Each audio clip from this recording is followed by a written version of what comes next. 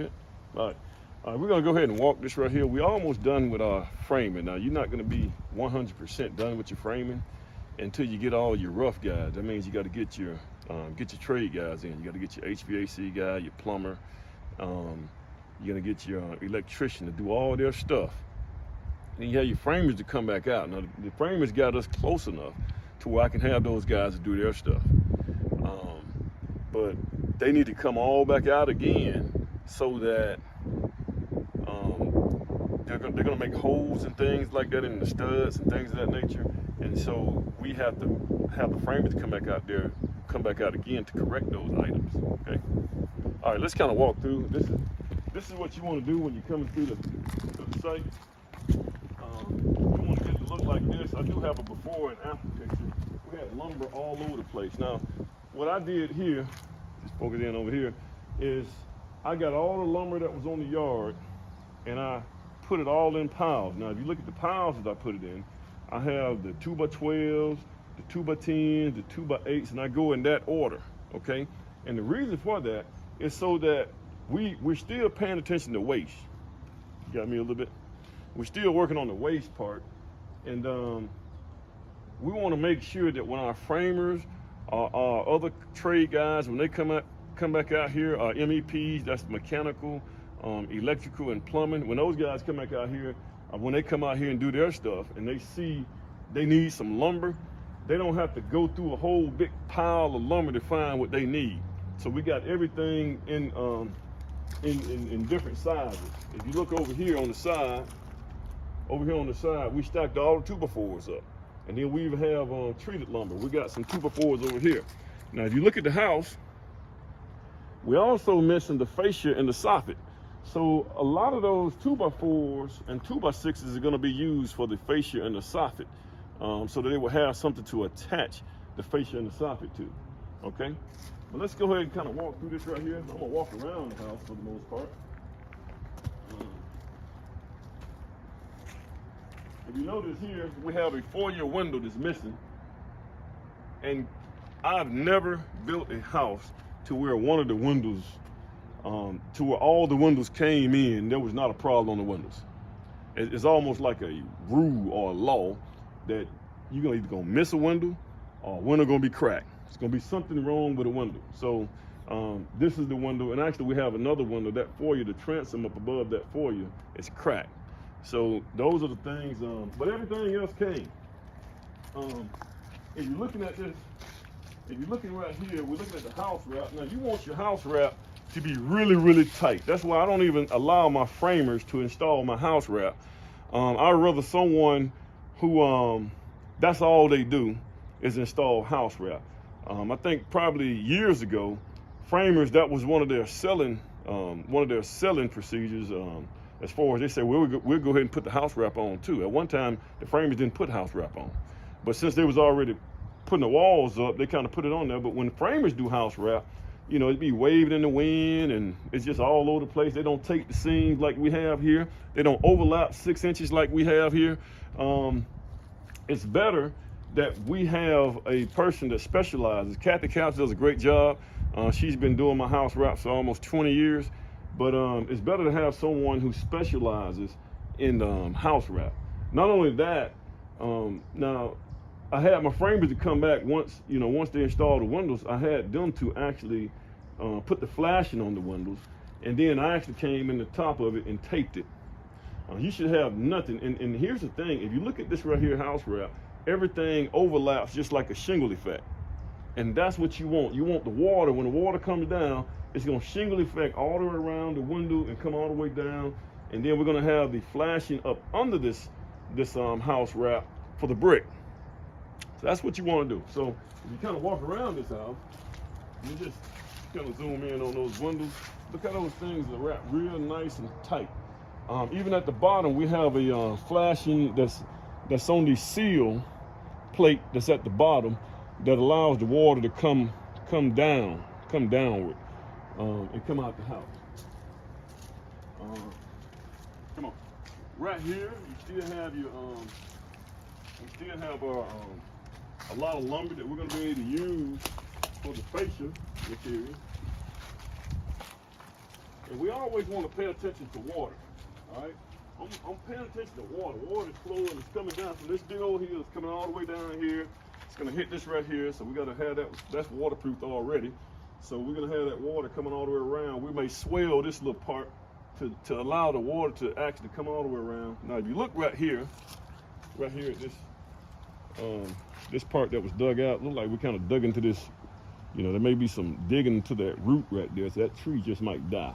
So I've already, I'm reaching out to the tree guys, and it looks like if it do die, it's gonna fall right on this house. But that's why you have builder's risk insurance in the event that it does. That would be a headache though. So we're gonna go ahead and probably, it's not on this lot, which is another problem. So me and the guy that owns this lot is going to figure out a way to go ahead and take this tree down so it won't affect this house. All right, so then we got here, we have some more lumber. And you all have this right here. More lumber right here that we're saving. Now we come around here.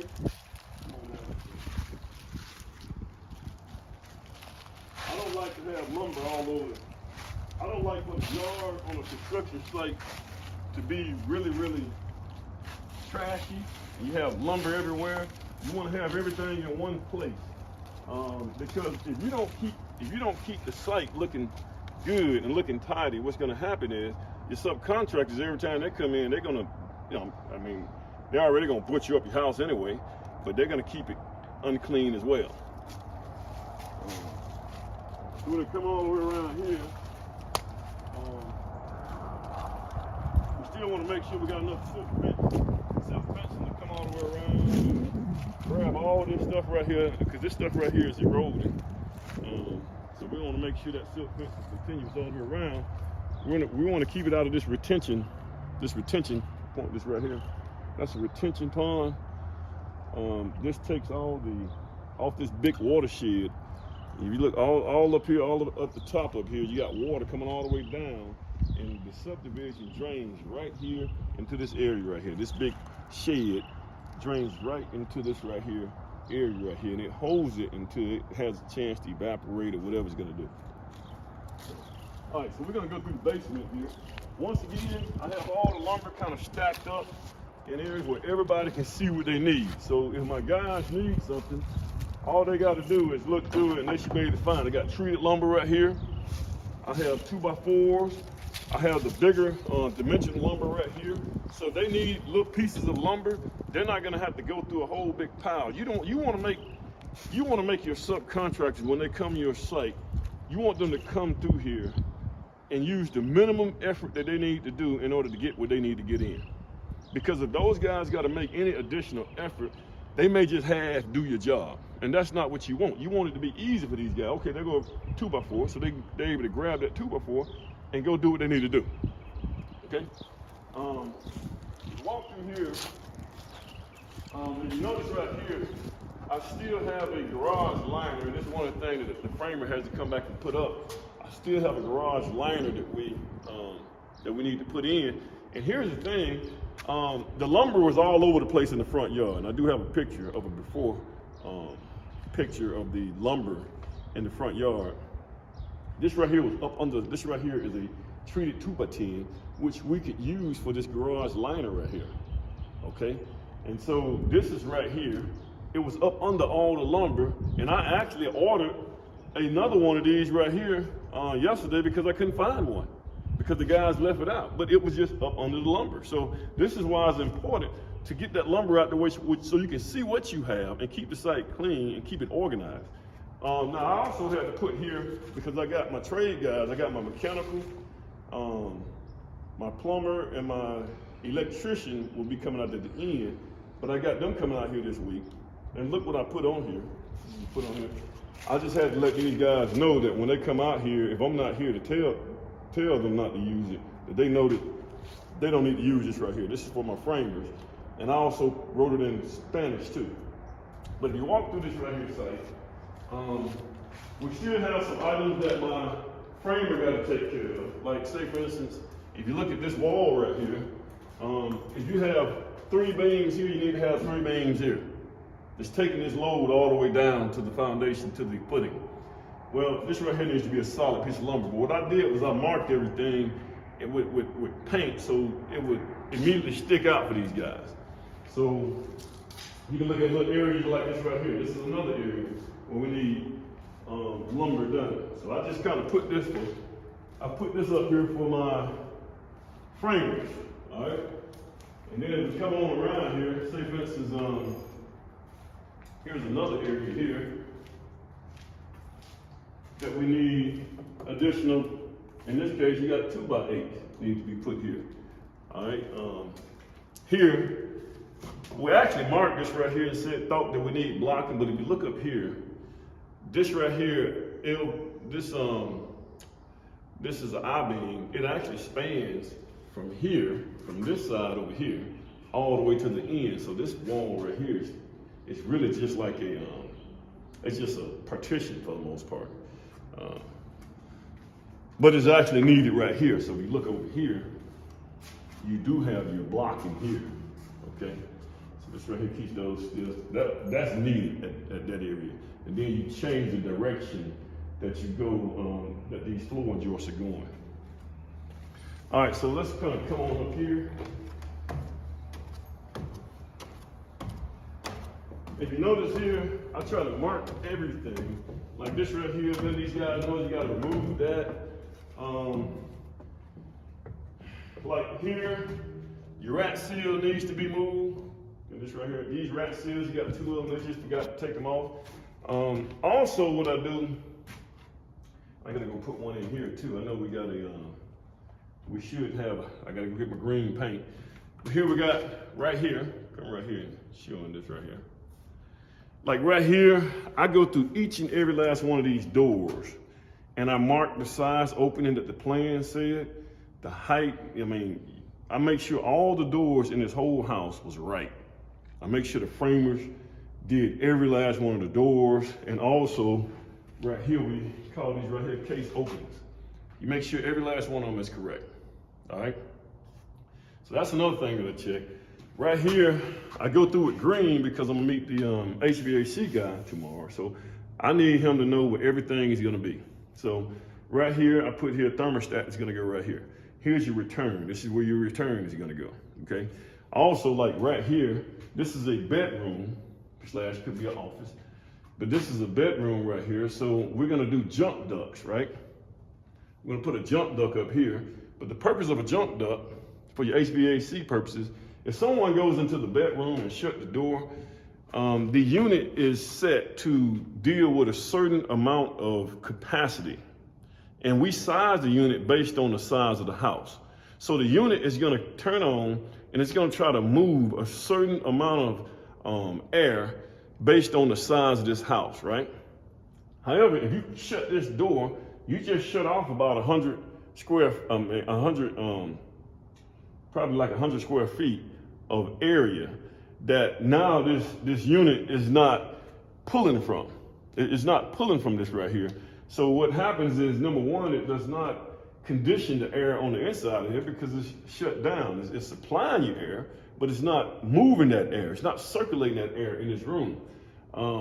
So what you do is you put a jump duct right up here, and when you shut this door, it still allows air to flow freely through that room, okay? Also, I'm gonna go through here and I put in green where all my supply lines are going. You know, then my HVAC guy may want to come in here and add 1 or 2 more. I don't know. This is just in my opinion. I'm not an HVAC contractor, but this is where I think they should go. Okay, and he can base it. You know, I would accept his opinion if he have a good opinion about, you know, I needed 1 right here, right here. I have to listen to those guys because those guys specialize in their trade. I'm not a mechanical contractor, so I have to pick really good mechanical guys so that you know, that you can trust and trust that they're just not trying to gouge you when it comes down to money. All right. Now I've also put these right here throughout because I like to keep my site clean. One thing about keeping it clean, just like on the outside, if you don't keep your site clean and your subcontractors come in and junk it up real bad, they're not throwing their trash, you know, cans and stuff like that. They're not putting that stuff in the proper place. it makes your site look trashy. It's almost like if I went to your house and you keep your house junky. I don't have a problem with helping you keep your house junked up. But what I want to do is, and here's the thing, I'm trying to get these guys, I mean, you're gonna have some guy, he'll be sitting here with a can and he's right next to this trash bag. He won't throw it in there. This is just the nature that what we're dealing with. But now I can't control some of those guys and tell them, hey, you keep it clean every day. All right, especially when you're building a house and it's a spec house or you're building it for somebody else. People, when they walking in, you don't know when the potential buyer has walked into that house, because they may walk in the house and if the house is all junky, trash everywhere, that tells them a lot about that builder or that contractor, okay? So I also went through here, made sure all the windows work.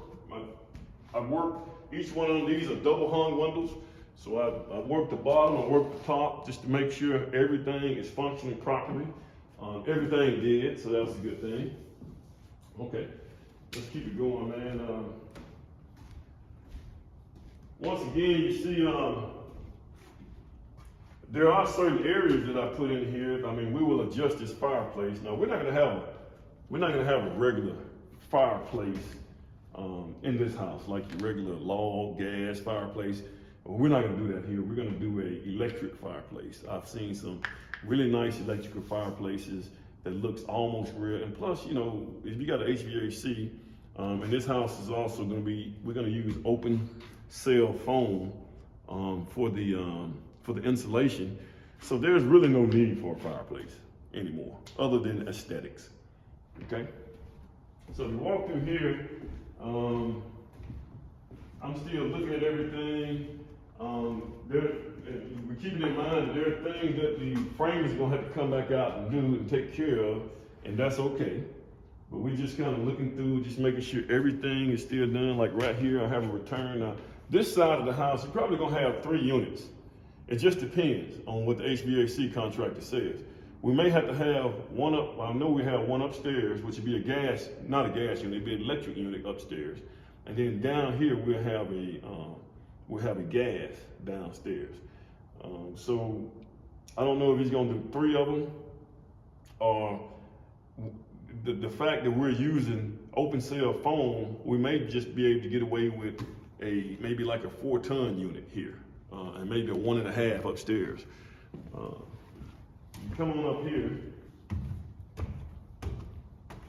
Notice, I'll tell you what, let's tell you something else. Can you zoom in on that right there?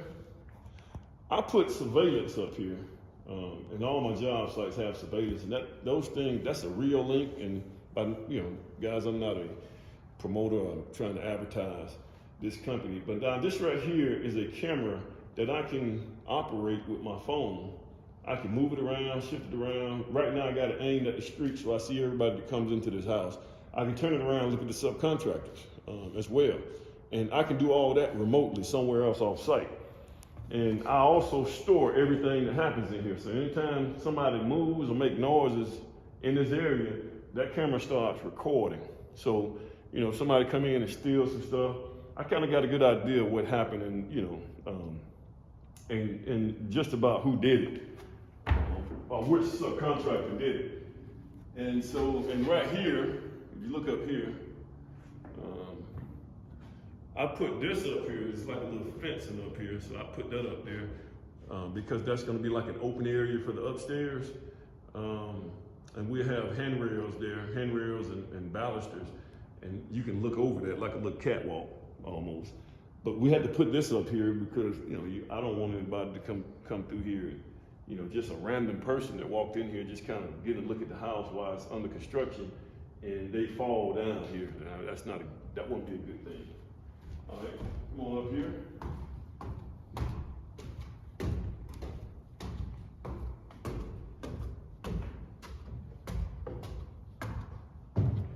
All right, I've already went through, and you kind of zoom up here at the top up here. Zoom up here at the attic. This is one of the areas right here. Let me see, right there. You see all these studs that are going up here. We're jacking off these studs. They jack and hold the roof up. This is called the roof bracing. And you can only brace and jack off of a load-bearing wall. So I already went through here with my framer, and we've already made sure that we got everything covered as far as how each one of these ridge beams are jacking, and hips, rafters, every last one of them are braced properly, and they brace off of the right wall. So I had to walk through here with him just to make sure we're all on the same page with that. Right here, if you see green, this just means we need solid lumber here. And once again, we got two LVL beams. It needs to take a load down, two of them, two studs going down as well.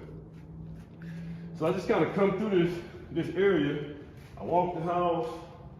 I make sure, and we only use these jump ducts, like right here we're gonna do a jump duct here. More likely we'll put the HVAC unit up here in the attic, and we'll branch off like an octopus to supply air to all of these rooms. And once again, I'm gonna put my jump ducts here. All right, so I'm gonna put my jump ducts, and that's only on the bedroom, because a lot of people go in the bedroom to shut the door, but you wanna recirculate that air while they got those doors shut. These are some accesses that we had to, here's another thing that when you're building a house, every part of the attic has to be able to be accessed. All right, so that means we got to put an access door right here, so I can access this little area right here. This is another area that's kind of blocked off. You have to be able to access that area over here. So we had to put we put another access door here as well. Now, as far as this side of the house, this entire side of the house can be accessed through this access door. So you can go through here and go all the way around here, and you can go upstairs. I mean, you can go up in the top part of the attic and access that as well. All we need here is a stair here, some steps, ladders, so we can go up there. Trying to think of what else. Now, right here, I built this house about three or four times, I forget, but at one time when I was doing this house, we was trying to keep everything, because we weren't using, at that time, open cell phone was not affordable, okay? And because it was not affordable, what we tried to do is make sure that our HVAC and lines, all the ductwork was all in conditioned space. Well, we put the unit right here and did a downdraft unit where it took it, and then we did on the floors, we did open web trusses for the joists, for the flooring joists, which allowed us to take the air and run it through the floors and service all the rooms. But now in this case, this room is not needed anymore for this house. So what we did was we turned this room right here. This will be we have a stackable washer and dryer here, so that the people upstairs, the kids upstairs, they don't have to come downstairs to wash their clothes. They can just wash it right here, okay? All right, I think that's about it. That's about it. Did you have any questions, man? Anything that you that I didn't hit, I didn't touch on? No, you're good. All right, there's one more thing here. Let's come downstairs and show it.